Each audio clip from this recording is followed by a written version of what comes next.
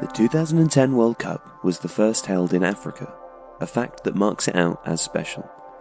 South Africa were chosen as the hosts amid the now standard FIFA controversy and delivered a tournament which might not have been the competition's most exciting, but was replete with story and romance.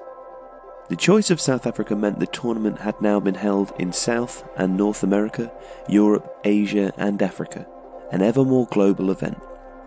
There were concerns about infrastructure, as there so often are, but in spite of a strike among construction workers a year out from the tournament, everything was ready on time, including the spectacular showpiece Soccer City Stadium in Johannesburg.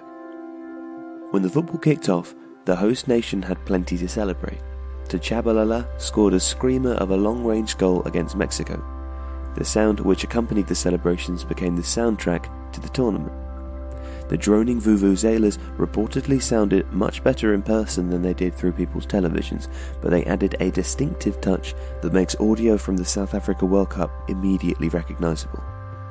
Mexico's late equaliser in that game was one of the reasons that South Africa eventually missed out on the qualification from the group stages, but they did finish the group with a win, beating 2006 finalists France in the final group game. Les Bleus were in a complete state. Unlike the construction workers, their strike over the treatment of star striker Nicolas Anelka did not get resolved in time to save the World Cup.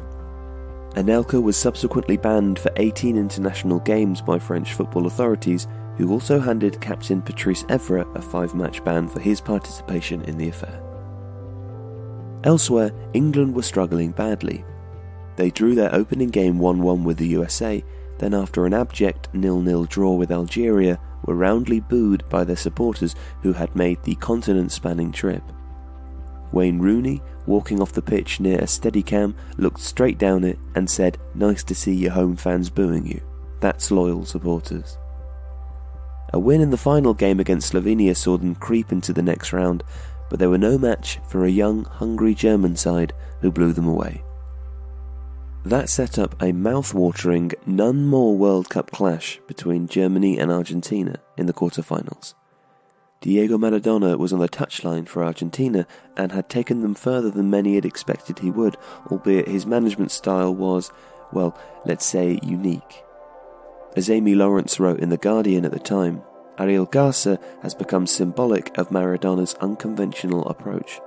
The story sounds apocryphal, but it has been reported that the defender who helped Colón finish 14th in the Argentinian league was included because Maradona had a dream that his team won the World Cup and the only face he could remember being there was Garza's.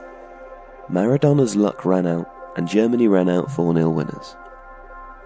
Elsewhere in the last 8, Uruguay beat Ghana on penalties in the tie of the round. Perennial villain Luis Suarez was sent off for handballing a goal-bound shot off the line in the final minute of extra time. Asamoah Gyan was unable to convert the penalty, and while he scored his shootout spot kick, his side still went out. There would be no African winners of the first African World Cup. In the semi-finals, Uruguay fell to a Wesley Sneijder-inspired Netherlands, while Germany lost to Spain. La Roja were in the middle of one of football history's most remarkable achievements. They were highly fancied heading into the tournament thanks to their Euro 2008 victory, which had been achieved in stunning style.